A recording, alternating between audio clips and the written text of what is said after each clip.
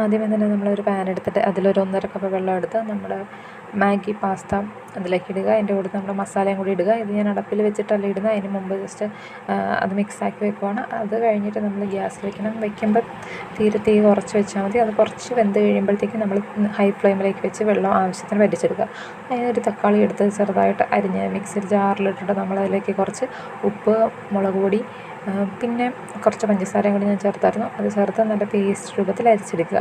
അത് എന്നിട്ട് മാറ്റി വയ്ക്കുക. അതിനുശേഷം നമ്മൾ ഒരു മുട്ട 2 മുട്ട എടുത്തിട്ടുണ്ട്. മുട്ട എടുത്തിട്ട് അതിൻ്റെ അകത്തേക്ക് ഉപ്പിട്ട് കുരുമുളക് പൊടി വേണമെങ്കിൽ എരിവ് വേണ്ടവർ അതുകൂടി ഇടാം. അത് ഇങ്ങനെ ഒന്ന് സ്ക്രാമ്പിൾ ചെയ്തെടുക്കുക. ഒത്തിരി അങ്ങോട്ട് പൊടിയാക്കണ്ട. എന്നിട്ട് നമ്മൾ ആ പാനിലേക്ക് തന്നെ നേരത്തെ മാറ്റി വെച്ച തക്കാളി എടുത്തിട്ട് അതൊന്ന് വെള്ളം പറ്റിച്ചെടുക്കുവാണേ. എന്നിട്ട് നമ്മൾ ഇതിലേക്ക് നമ്മുടെ പാസ്ത, വെള്ളം ഒത്തിരി പറ്റിയതല്ല, കുറച്ച് വെള്ളമുള്ള പാസ്ത കൊണ്ടുവന്നിടുന്നു. അതിനുശേഷം അതിൻ്റെ അകത്തേക്ക് മുട്ട ചേർക്കുന്നതിന് മുമ്പായിട്ട് ഞാനൊരു 2 സ്പൂൺ ബട്ടർ ചേർത്തായിരുന്നു. നല്ല നാടൻ ബട്ടറാണ് ഞാൻ ചേർത്തത്.